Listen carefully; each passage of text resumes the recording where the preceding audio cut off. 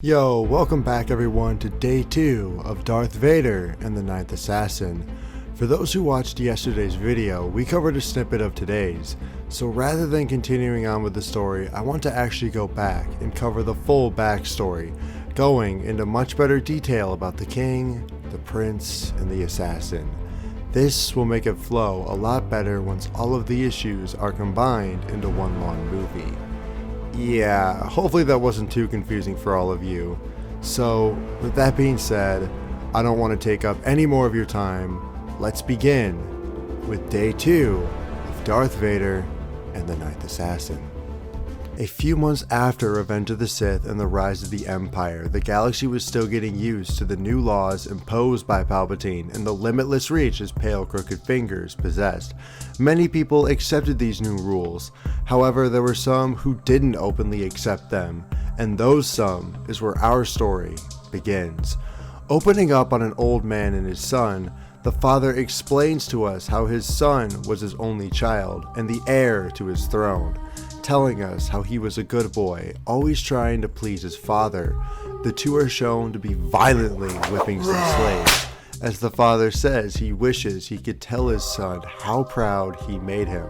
The two lived a luxurious life on their planet, watching as the mining operation they created flourished before the Empire. But now the Empire wanted in.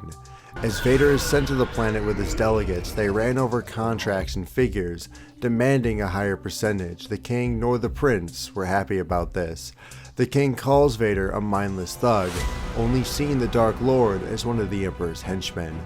Eventually, once the negotiations are finalized and everything is finished, the prince walks up to one of the delegates and draws his blaster, ready to open fire. But before he can land a shot, Vader leaps overhead and deflects the blast back into his chest, killing the old man's son instantly. After this, revenge was the only resolution for the king. Traveling with hired help, they were in search of a hidden fortress that housed a creature he was searching for. As they inspected the land for any clues, the king finds a small branch that looks out of place. He understands that this is a lever, pulling on it with a little click, watching the ground as it opens with a lift to the depths below, appearing before them. He uses an alien hand to get inside. Once in the fortress below, they blasted their way to the leader.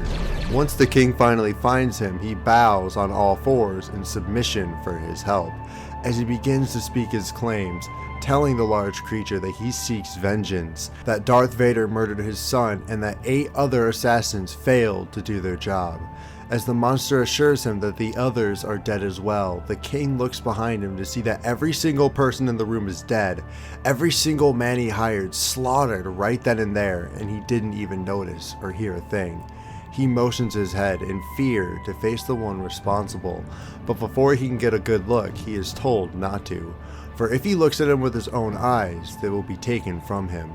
As the king does so anyways, the assassin assures him that the others lost because they went to Vader, whereas he will already be where Vader is. Telling the king it'll cost him every cent he has, the offer is accepted, and the verbally contracted agreement begins. The assassin tells the king he won't see or hear from him again, not until Vader's head is on his desk. The king returns to his ice planet.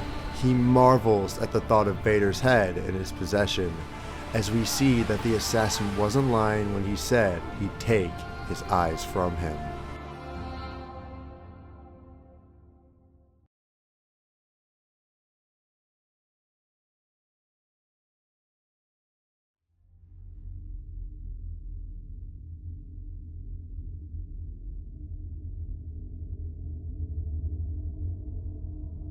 The scanners show one life form. No weapons on board. Well, open the bay doors then!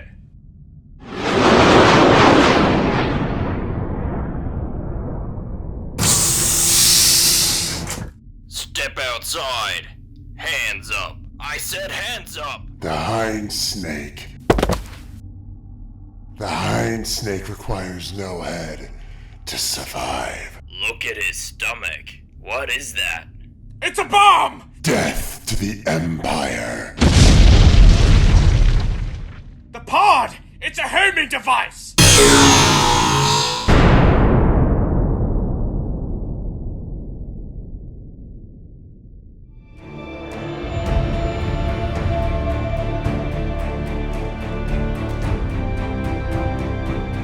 After this attack, the scene switches to where we are met by Vader coming out of his hyperbaric chamber.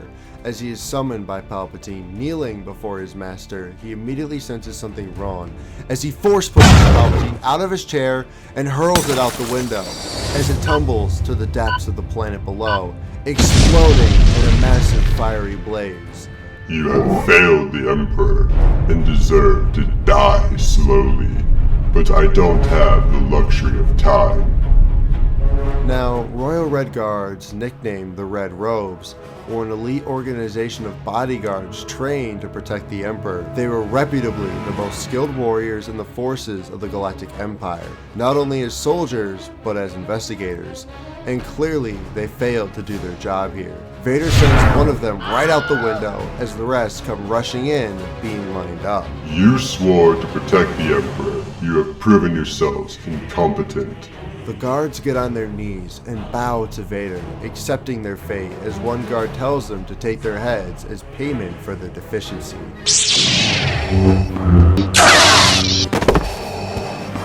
You and you. Evacuate the Emperor. You stay and take charge. Make sure no one knows what happened here. Vader goes to his master to see if he is alright, as Sidious tells him that someone or something is clouding their vision. Vader asks if it is a Jedi, but Sidious assures him that this was no Jedi. This was something much darker and far more powerful. This was all Vader needed to hear. He grabs two of the guards and tells his master that he is going to find the traitors, track them down, and destroy them. The Force is strong with you. I hope you guys enjoyed today's backstory to yesterday's video, and you can be sure that tomorrow will be full of the next issue, continuing on with Vader's adventures to track down this new mysterious enemy. Thanks for watching, everyone. I hope you all have a great day, and we will see you all in the next episode of Star Wars Remnants. Until then, our fellow Force users, may the Force be with you. The dark side of the Force is a pathway to many abilities some consider to be unnatural.